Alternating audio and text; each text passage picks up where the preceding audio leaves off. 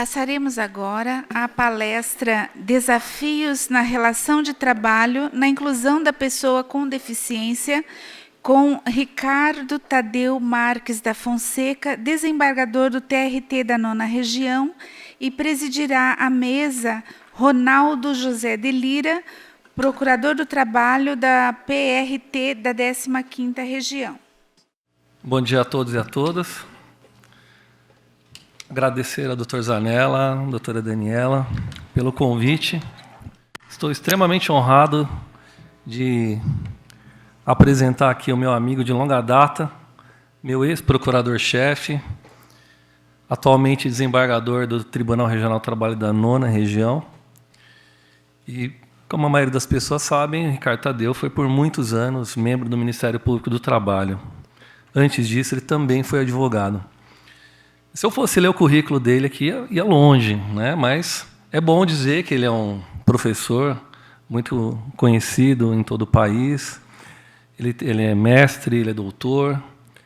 E para todos nós é um grande amigo também, né? Então, o Ricardo, ele passou pelo Ministério Público do Trabalho e ele deixou marcas que nós colhemos até hoje, né? O Ricardo foi um procurador muito combativo, né? Ele atuou na área de fraude, vocês lembram muito bem, na época de cooperativa, na área dos agrotóxicos, contra o trabalho infantil, em especial na aprendizagem, foi pioneiro, né? Hoje nós estamos discutindo a questão da aprendizagem. Ricardo Tadeu deu show naquela época, isso é muitos anos atrás, e também em relação à pessoa com deficiência. Então, é um prazer imenso estar recebendo o Ricardo aqui, né? E nesse evento tão brilhante, né, que tivemos a Thaís, o Firmino, a Cida. E é um prazer imenso, Cida, te receber aqui. Você também, que é minha amiga de longa data, né, também atuamos junto, né, lá no começo dos anos 2000, na questão do meio ambiente, né, foi minha parceira na comissão. Aliás, eu que fui seu parceiro, você era presidente, né? Mas, enfim, sem mais delongas aqui, eu vou passar a palavra para o meu querido amigo Ricardo Tadeu, e tenho certeza que ele vai fazer uma exposição brilhante. Ricardo. Eu estou com o coração, de verdade, muito acelerado agora, com um pouco de falta de ar até. Isso é efeito da emoção. Da emoção por retornar ao tribunal que me deu acolhida no início da carreira, quando, apesar de já ter concluído o primeiro curso de especialização e estar iniciando o curso de mestrado na Universidade de São Paulo, não me era dada oportunidade de trabalho. Naquela época, a compreensão que se tinha acerca de um jovem advogado cego era de que era impossível trabalhar. Eu me lembro que eu fui indicado uma vez, porque era orientador do centro acadêmico. Deixa eu dizer uma coisinha inicialmente. Todo mundo falou tão bem que, por um lado, isso me dá um certo conforto, mas, por outro lado, o que eu vou falar agora, né? Então, eu vou aproveitar a esteira da emoção que passou por mim como um cometa. Então, eu vou fazer um pouco de depoimento pessoal, vou falar um pouco de direito, enfim, seja lá o que Deus quiser, e que Deus nos ilumine a todos. Bem, então, naquela época, ninguém me dava oportunidade de trabalho, advogado cego não dá. Eu me lembro que uma vez eu fui indicado para ser advogado dos bancários de São Paulo, pelos estagiários do Centro Acadêmico 11 de Agosto, que eu orientava na assistência a população pobre de São Paulo. Aliás, fui trabalhar lá no 11 de agosto porque ninguém me dava estágio também, né? Então, a alternativa foi trabalhar no 11 de agosto. Aliás, eu aprendi muito, porque a hora que você ouve a pessoa falando um português que você não entende direito, e também fala um português que ela certamente não vai entender, e você precisa fazer esforço para captar o que ela disse, fazer entender o seu direito e transformar aquilo em petição. Ou seja, eu fiz a OAB, foi um passeio. Fazer a prova da OAB foi um passeio. Mas, enfim, eu comecei a trabalhar aqui no tribunal por indicação do meu querido mestre, meu pai espiritual, Eita, nós. Dr. Oswaldo Preuss, né? Que foi o meu chefe, meu primeiro chefe. Eu fui assessor do Dr. Preuss desde março de 2007 até 91, quando eu ingressei no Ministério Público. O Dr. Preuss não tinha muita certeza se era possível um assessor cego, mas ele falou, bom, você está lá estudando, acho que vai dar certo, né? E foi onde eu aprendi muito. Aprendi muito, foi o primeiro emprego que me deu a oportunidade de criar minha filha, de fazer minha pós-graduação e de ousar, porque o Dr. Preuss, inclusive, me estimulou a fazer concurso para a magistratura, na época eu prestei o concurso em 90. Não foi possível concluir o concurso, porque o que prevaleceu foi o entendimento de que uma pessoa cega não pode ser juíza, não pode ser juiz ou juiz, enfim. E não foi possível transpor isso. Não foi possível. A compreensão era essa, de fato. Vejam, o que está implícito em termos de que disse da minha vida, em termos do que evoluiu o direito. As pessoas com deficiência tiveram, ao longo da história, tratamento assim, bom, nasceu com deficiência porque foi punido por Deus. Aliás, os antigos eliminavam as pessoas com deficiência. Em Roma, em Esparta, havia rituais solenes em que bebês com deficiência eram eliminados, devolvidos aos deuses, porque se achava que uma pessoa assim trazia ônus excessivo à família e à sociedade. É claro que depois do cristianismo isso acabou, em geral, né? Nós temos sociedades ainda primitivas que têm essa ideia, né? Aqui no Brasil, inclusive, né? As tribos isoladas do Amazonas ainda eliminam seus bebês com deficiência, embora haja insistentes tentativas de evitar isto. Mas não é possível, segundo a nossa Constituição, impor isso a essas tribos isoladas. Então, o que se faz é um trabalho paralelo para livrar esses bebês de rituais de eliminação. Aliás, o Brasil foi admoestado pela ONU justamente por causa desse fato. Esse fato transborda, o mundo conhece esse fato. Mas nós temos um impasse. Não podemos aniquilar a liberdade cultural dessas nações isoladas, né, desses povos indígenas isolados, e, ao mesmo tempo, temos que lidar com essa questão. Eu não sei qual é a saída ainda. Por enquanto, eu acho que o que se deve fazer é tentar salvar esses bebês. Eu também me preocupo muito com os índios, então eu não sei, é uma questão que eu coloco para vocês pensarem. Bem, na Idade Média, o que prevalecia era o entendimento de que, de fato, se a pessoa tem um filho com deficiência, ou se torna uma pessoa com deficiência, é porque Deus a puniu, em razão do pecado familiar atávico. A única solução para esse problema que se tinha na época era a caridade e a segregação caritativa. Então, se colocavam essas pessoas em asilos, em locais isolados, ou se estabelecia métodos de assistência. E o assistencialismo foi a nota dominante do tratamento que se dá a pessoas com deficiência. Isso começa a mudar, historicamente, pelo iluminismo, quando se inventam cadeiras de rodas, muletas, aparelhos que possibilitam atos que eram inimagináveis. E veja que essa tecnologia assistiva hoje permite a gente que não enxerga ter acesso a tudo que está na tela do computador, porque ele fala o que está na tela. Aliás, às vezes o meu celular dispara a falar coisas, entra na conversa, é meio inconveniente. Mas ok, né? A utilidade prática é muito importante, certo? Quer dizer, uma pessoa cega hoje trabalha com computador tal como qualquer outra, por causa desse programa assistivo que, enfim, garante acessibilidade. E vejam, mesmo assim, até a edição da Convenção da ONU, no mundo, prevalecia o tratamento clínico da deficiência. Como a Cida disse, como todos que me anteciparam o disseram. Vejam, o que prevalecia no Decreto 3298 do Brasil, que refletia a legislação mundial, era o conceito médico, clínico, que definia pessoa com deficiência a partir da sua incapacidade. Pessoa com deficiência é aquela incapaz de realizar os atos normais da vida. E aí vi uma tabelinha lá, o cara é deficiente visual se tiver 20 por 20 em cada olho, sei lá o quê, uma tabelinha. Né? Eu não consigo lembrar aqui. Surdo se tiver até 40 decibéis de perda, enfim, uma tabela. A questão, o problema aí, para quem está vestindo essa roupa, para quem está nessa pele, é o peso da incapacidade. Você é visto pela sociedade não como um cidadão, mas como um cara incapaz. Você é incapaz. E é assim que a lei te define. Você é incapaz. Se conseguir vencer a barreira da incapacidade porque você se virou, beleza, sorte sua. Se não, você é incapaz. É muito pesado isso.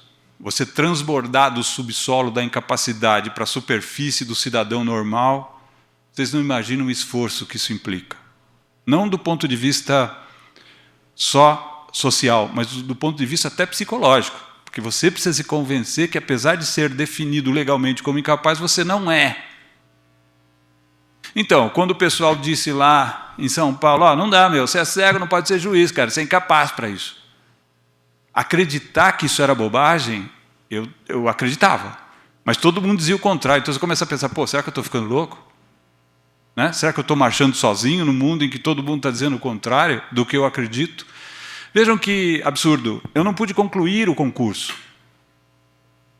Antecipou-se o meu exame médico e eu fui impedido de fazer a prova de sentença, que naquela época era só classificatória. Depois ela passou a ser a prova oral. A prova oral, que era só classificatória, ela passou a ser eliminatória. Até isso foi mudado. Porque se o cara chega no exame oral e não pode ser eliminado porque é deficiente, então mudou-se isso na época. E não foi possível transpor isto. De fato, não. Era o senso comum, um cara cego não pode ser juiz. Porque ele não vai ver a testemunha ficar vermelha. Oh, meu Deus. Eu vou escutar a inflexão vocal dessa pessoa e vou ter mais acuidade que qualquer pessoa que não tem esse treinamento para ver se ela está vacilante na voz. Isso é tudo muito subjetivo. Você não vai poder ver um documento diretamente. Sim, mas como é que o juiz lê um documento em língua estrangeira? Tradutor juramentado, né? O que é o ledor?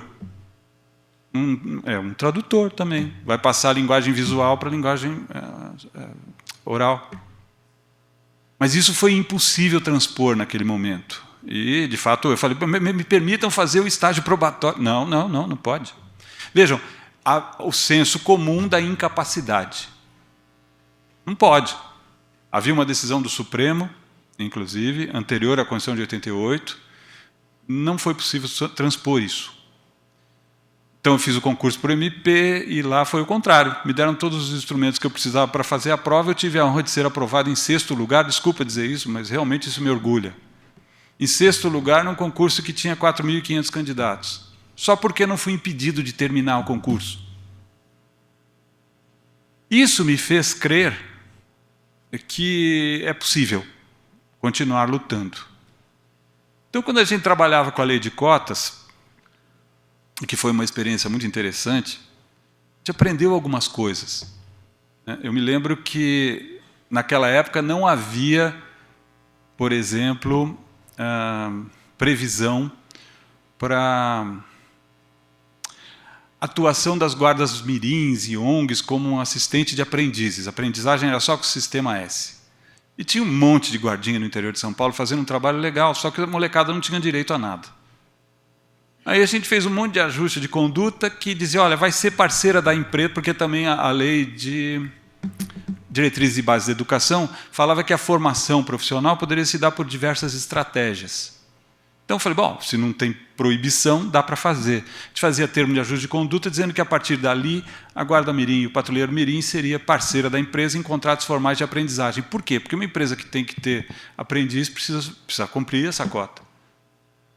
Então, ok, isso virou a Lei 10.097. A gente conseguiu registrar 10.000 guardinhas no interior de São Paulo, sem expressa previsão legal de autorização, mas isso se tornou a Lei 10.097. Por que eu abri esse parênteses para falar da aprendizagem? Porque ela é um instrumento muito interessante para superar uma afirmação equivocada das empresas, para dizer o mínimo, de que não é possível incluir a pessoa com deficiência porque ela está fora do mercado, as escolas não a prepararam para o mercado, então não é possível, eles não estão qualificados. Vejam, essa afirmação da falta de qualificação é curiosa porque as empresas costumam oferecer vagas sem exigência de qualificação superior ou no mínimo média. Eles sempre oferecem as vagas mais simples de trabalho. E aí dizem, bom, mas falta pessoa com deficiência qualificada para o mercado de trabalho. Ok, falta, ok. Vamos admitir que falte, eu não concordo, mas ok. Então adote o contrato de aprendizagem. Qualifique essa pessoa dentro da empresa, porque, aliás, esse contrato de aprendizagem vai possibilitar não só a preparação dessa pessoa para o trabalho, como a própria adaptação razoável da empresa. O contrato de aprendizagem é uma forma de aprendizado de duas mãos. Então, a gente sempre adotou, nos nossos termos de ajuste de conduta, essa transição. Tivemos um acordo que me lembro que foi histórico, foi com o HSBC. Os caras, na época, não sei o que, e fizeram essa preparação. Na verdade, o HSBC, hoje Bradesco, hoje trabalha com 7% de pessoas com deficiência. Justamente porque os qualificou primeiro e depois contratou definitivamente. Havia essa dúvida se era possível somar as duas cotas. A empresa queria isso, né? O cara é aprendiz e deficiente, vale para as duas cotas. Não, não dá. Isso a gente colocava nos termos de ajuste de conduta e hoje está expressamente vedada essa acumulação de cotas pela lei pela LBI, pela 13.146. Então, primeiro, a empresa qualifica o trabalhador com deficiência como aprendiz e depois que estiver qualificado, poderá, então, contratá-lo como empregado e aí sim valerá para a cota. Até porque o contrato de aprendizagem não é um contrato de emprego, é um contrato especial de trabalho, como está definido na 1097. Contrato especial de trabalho cuja finalidade é a formação profissional, formação técnico-profissional, enfim. Então, não é um contrato de trabalho de emprego, é um contrato especial de trabalho, que garante direitos empregatícios, mas é um contrato especial de trabalho. Então, vejam, hoje, como é que foi esse movimento? Eu tive o privilégio também, por estar no Ministério Público, por ter defendido, então, lá uma tese de doutorado sobre isso e tal, eu tive o privilégio de assessorar a nossa delegação na finalização da Convenção sobre os Direitos da Pessoa com Deficiência da ONU. Muito interessante. Esse movimento foi fantástico. Essa convenção foi pedida pelo México em 2004 e foi concluída no final de 2007. Aliás, não, no final de 2006. O texto foi concluído no final de 2006. Foi rapidíssimo o trâmite. E ela envolveu, queridos, um consenso mundial lindamente articulado. As pessoas com deficiência do mundo inteiro estabeleceram critérios objetivos. Vamos superar o conceito clínico de deficiência, ele é escravizante. Vamos adotar o conceito político de deficiência, que está expresso na legislação brasileira pela ideia de biopsicossocial. Deficiência é um conceito biopsicossocial, que envolve corpo, mente e sociedade. Mas, expressamente, o que se quis na ONU era adotar-se o conceito político de deficiência, no sentido de que a deficiência é a soma, como disseram todos, a soma dos impedimentos físicos, mentais e intelectuais com as barreiras. Como disse bem a Cida naquela equação, onde houver barreiras, haverá deficiência. Onde não as houver, não haverá deficiência. Eu posso simplificar essa ideia por uma afirmação que faço categoricamente, que peço que os senhores reflitam. A deficiência não está na pessoa. A pessoa tem atributos, não enxerga. No meu caso, eu tenho muitos atributos. Eu sou São Paulino, é o primeiro atributo, certo? Sou homem, sou branco, etc. E sou cego e sou diplégico. São atributos.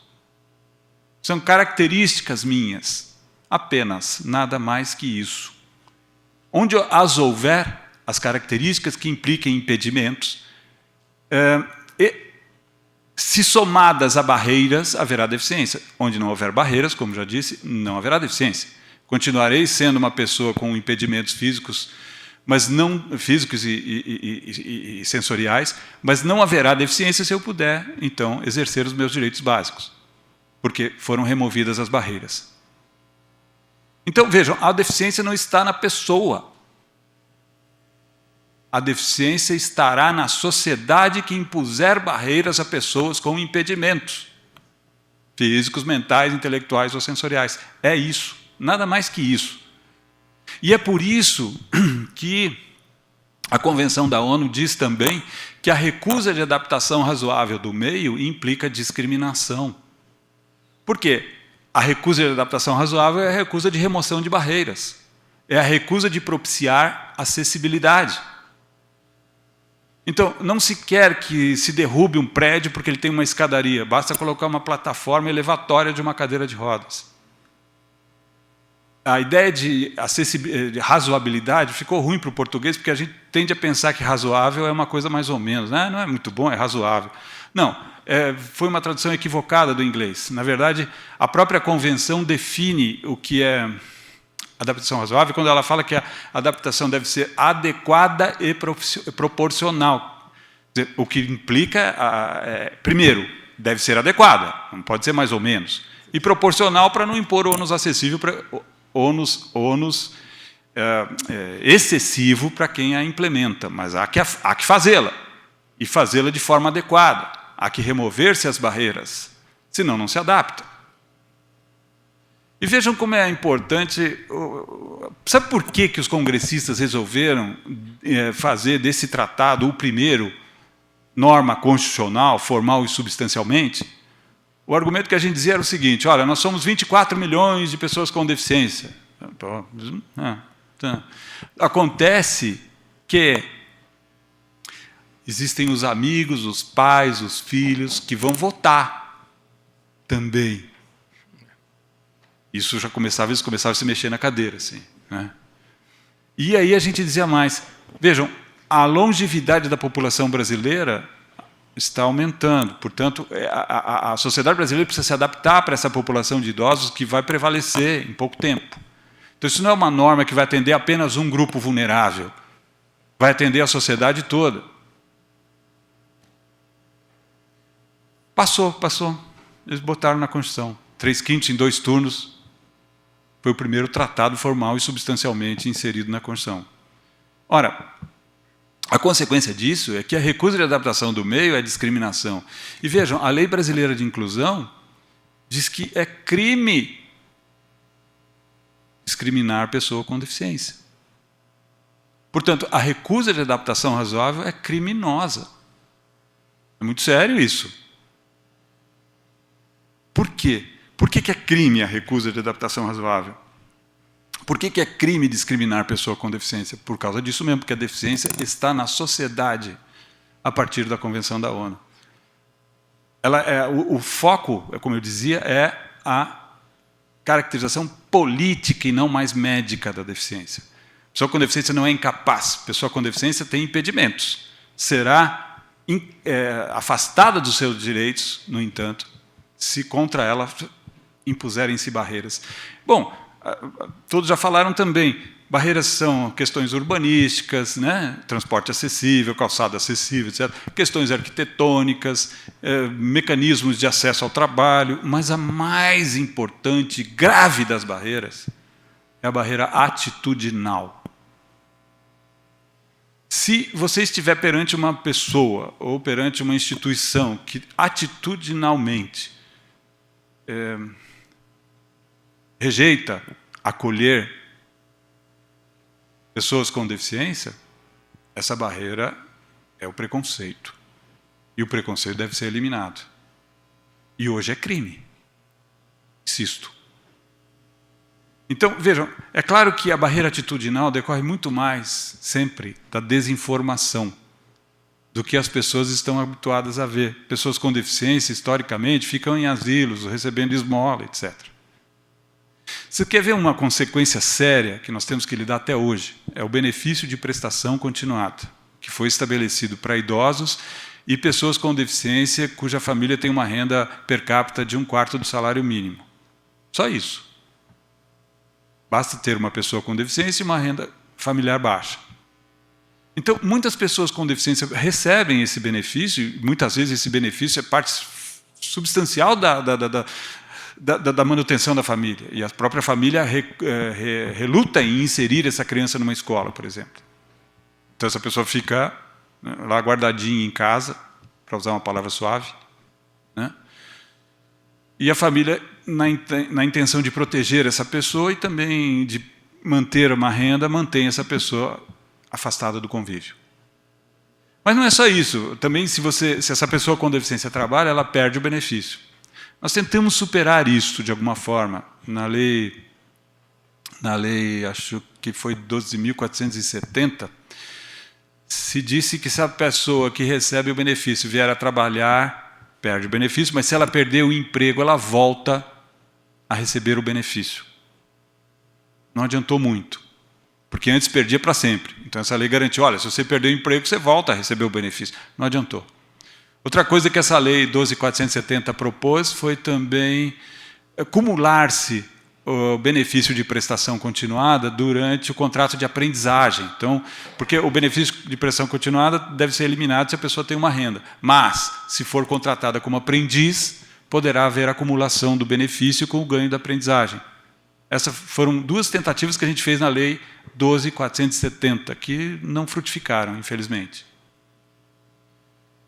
Vejam, por que a gente estimula a aprendizagem? E, inclusive, na 11.180 também se tentou acrescer um estímulo que foi eliminar o teto etário para pessoas com deficiência serem aprendizes. Então, não há limite de teto de idade, né? Porque, enfim, as pessoas não tiveram formação, etc. Então, não, tudo isso foi feito para estimular a aprendizagem, porque a gente entendia que a aprendizagem era uma forma de preparar adequadamente a pessoa e a própria empresa. Então, é uma alternativa interessante, mas não frutificou. A Lei Brasileira de Inclusão, eu já estou me aproximando do final, a Lei Brasileira de Inclusão, eu vi que o moço cochichou aqui com o Ronaldo. Chocolate. Ah, mas como é que está o tempo? Não, tem 5 minutos ainda. 5 minutos? Então, a Lei Brasileira a Lei Brasileira de Inclusão, ela prevê que deva ser criado o auxílio inclusão. Só que o Congresso fez uma manobra lá, na forma de outra lei. Vai precisar ter outra lei para implementar o auxílio inclusão. O que é o auxílio inclusão? É dizer para a pessoa com deficiência que, mesmo que você trabalhe, se você tiver uma situação econômica vulnerável, você vai poder ter uma renda suplementar. E o argumento que a gente deu para o governo na época, que se discutia a LBI, eu trabalhei muito com a Mara, né, é o seguinte, olha, hoje o governo gasta 12, parece que hoje está já 18 bilhões por ano para pagar o BPC, o Benefício de Prestação Continuada, porque ele é assistencial. Então vamos estimular essa pessoa a vir para o sistema previdenciário, passar a contribuir e mesmo assim garantir uma renda suplementar, ainda que seja menor que o BPC. Mas ela vai passar a contribuir para o sistema, porque aí o sistema vai se realimentar. Hoje ele gasta sem alimentação. Se a gente estimular a pessoa a vir para o mercado de trabalho e ter uma renda suplementar, ela vem. Mas eles não entenderam. Na hora H, quando ia votar na Lei Brasileira de Inclusão, botaram na forma da lei. Então agora sabe Deus quando vem a outra lei, né? Mas este auxílio inclusão é uma alternativa interessante que existe em vários países.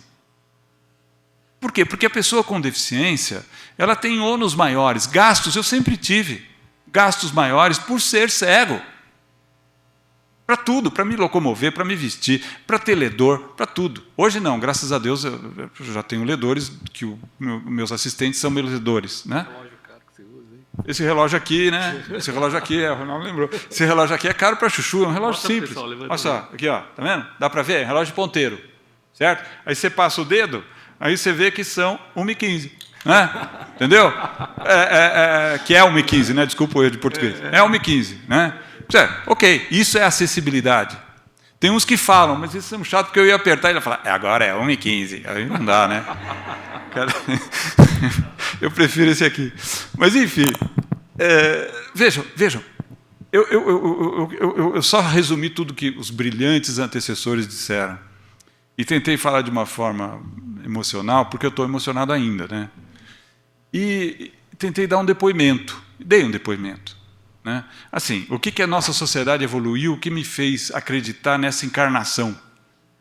Né? Eu sou espírita, então... O que me faz crer nessa minha encarnação? A humanidade passa por desafios permanentes, mas ela é maravilhosa.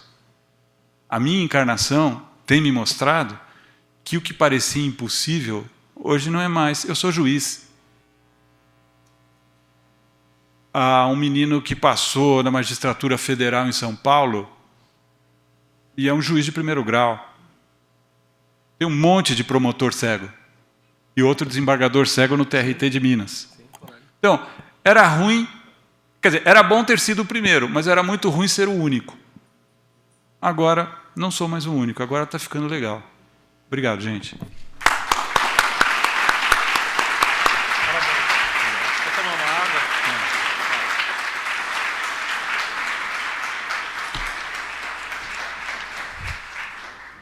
Para mim isso não é depoimento, Ricardo. Para mim isso é um show à parte, né? Porque ouvir você sempre é um motivo de alegria muito, muito grande. Eu acho que só faltou aqui o violão para ele cantar uma música da Bossa Nova para encerrar a nossa manhã, né? Não, mas daí você ia ter que tocar também. E você colocar o seu óculos do John Lennon, né? Sim, sim. Tá bom, pessoal. Eu quero agradecer aqui, Ricardo Tadeu, essa figura maravilhosa que nós temos conosco, e transfiro aqui para o cerimonial. Muito obrigado a todos.